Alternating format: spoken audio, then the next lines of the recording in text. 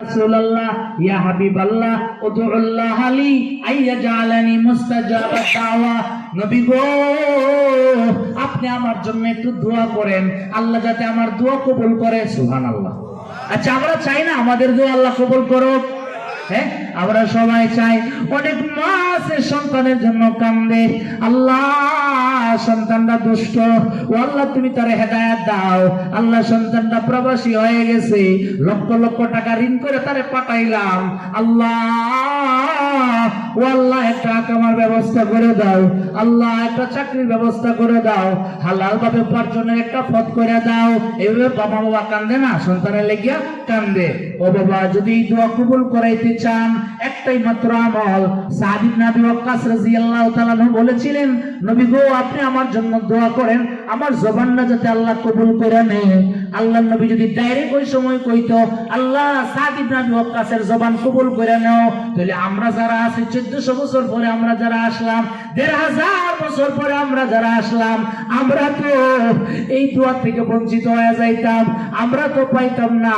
এই জন্য আকায়ে নামদারে তাজদারে মদিনা সরদারে দু জাহাঁ রাসূল আকরাম রাসূল মুকাররম সাইয়্যিদুল মুরসালিন খাতামুন নবিয়্যিন সাইয়্যিদুল আম্বিয়া রাসূল আকরাম সাল্লাল্লাহু আলাইহি ওয়াসাল্লাম এমন একটা কথা বলেছেন, যেই কথাটা শুধু সাদ ইবনে আবি ওয়াক্কাসের জন্য না, বরং কিয়ামত পর্যন্ত যত উম্মত পৃথিবীতে আসবে সবার জন্য একটা মূলনীতি হয়ে গেছে।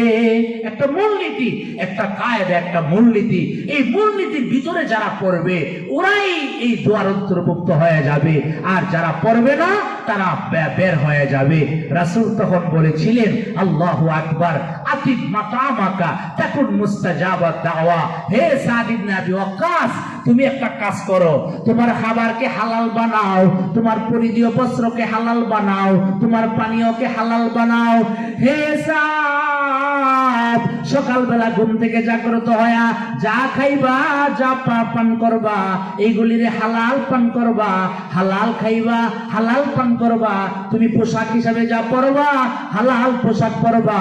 যদি হালাল পোশাক পরো রে, আর এরপরে আল্লাহর কাছে দোয়া করো, তোমার দোয়া আল্লাহর দরবারে কবুল হয়ে যাবে।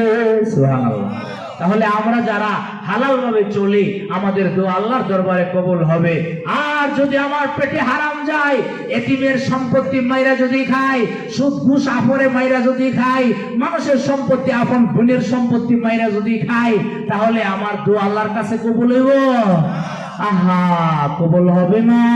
2 নম্বরের হাদিস, عن أبي هريرة رضي الله تعالى عنه قال تلا رسول الله صلى الله عليه وسلم يا أيها الرسل كلوا من الطيبات واعملوا صالحا। এইগুলো 1 নম্বর আয়াত। 2 নম্বর আয়াত, ইয়া